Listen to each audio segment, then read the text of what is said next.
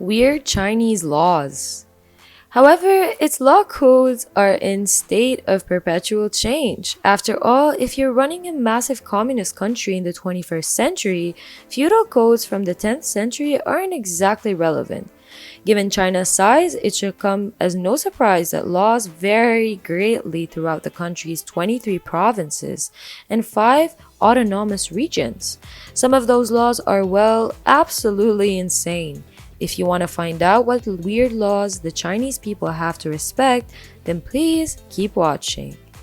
Number 1. Grown children must visit their parents. In 2013, the BBC reported that China introduced a new elderly rights law, which, among other things, required adult children to visit their aging parents. The law actually serves an important social purpose, as it's aimed at curtailing loneliness among the elderly. In China, a family system are extremely important, and the law essentially codifies an age-old practice of frequently visiting older family members. However, it doesn't say how often children should visit their folks, so it's not an especially effective law. It's more of an educational message to the public, according to Beijing attorney Zhang Yifeng. If a case is brought to court on the basis of this law, I think it'll probably end up in a peaceful settlement, Zhang told the BBC. But if no settlement is reached, technically speaking, court rulings can force the person to visit home certain times a month. The Protection of the Rights and Interests of Elderly People law has 9 clauses which detail how adult children should care for the spiritual needs of the elderly. Number 2. Children must salute passing cars. In China, traffic laws exist, but they're not really enforced in most parts of the country.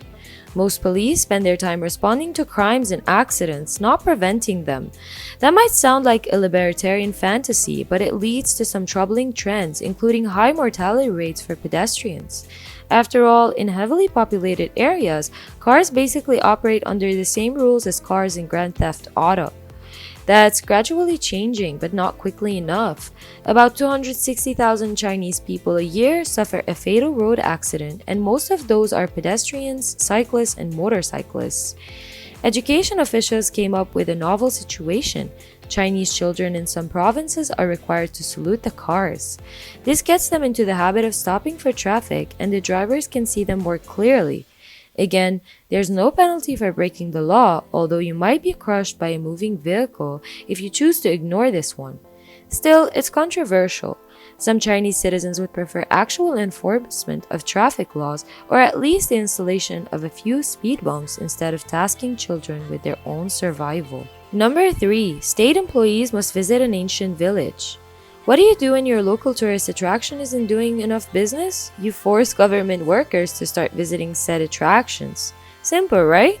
A country in Geese province ordered its government offices to send visitors to an ancient village, hoping to artificially boost the attendance number and attract more real visitors. The country was hoping to report 5,000 visitors within the first 2 months of the policy, and the New York Times reports that the involuntary visitors had to take several buses to get to a village 20 miles from the country seat. What's more, this isn't the only time bureaucrats have tried something like this. A country in the Hubei province instituted another strange regulation, ordering its civil servants to buy specific local products. State employees could lose their jobs if they didn't comply. The goal was to help the local economy, but the policy was a miserable failure, and officials repealed the edict after a few years. Number 4. Male officials in certain parts of the country can't hire female secretaries. Established in 2003, this was a law in Sichuan province, and it appears to only apply to government employees. Nevertheless, it's a serious regulation that was apparently enforced throughout the province.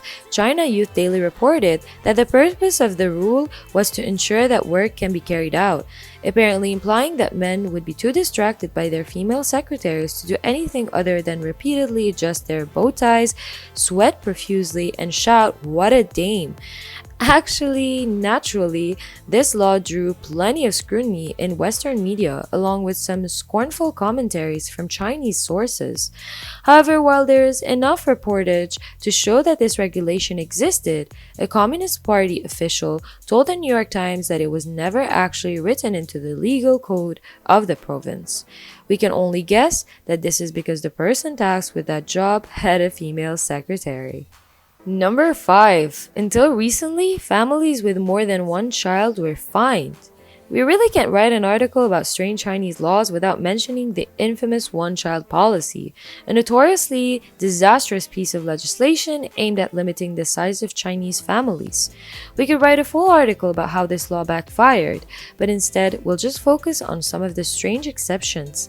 For example, the law didn't penalize families who had twins and other multiple births, so many families turned to IVF drugs to try to have multiple children without paying fines.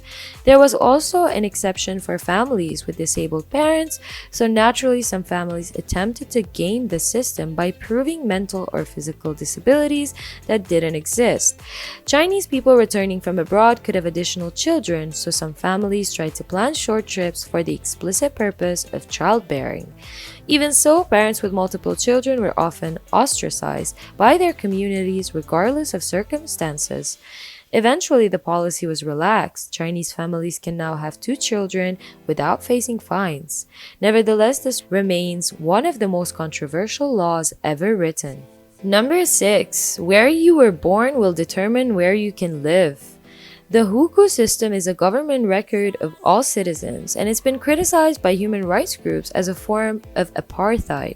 Inspired by ancient Chinese customs, it basically creates caste throughout China's various provinces. If your parents are born in a rural area, for example, you live your life in the same rural area.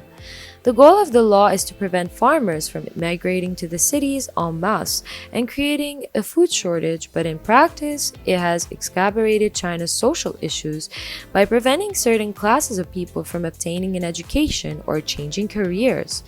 The system is especially harsh towards heihazi, the term for children born outside of the aforementioned one-child policy. Fortunately, there's a push against the hukou system, and several reforms have taken place in recent years. Hukou is controversial in China, and some high-ranking Communist Party members have pushed for total abolishment. Number 7. You can't view any salacious content online. The government of the People's Republic of China carefully controls the media, and we don't mean that they shout fake news at the local equivalent of CNN.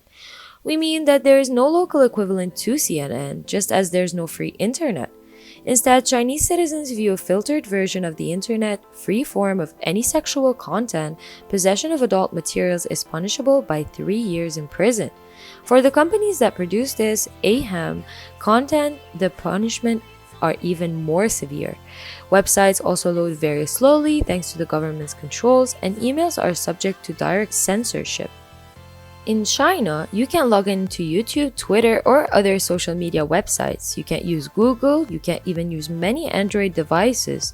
However, visitors can get around many of these restrictions by simply using a virtual private network service for a few extra dollars per month.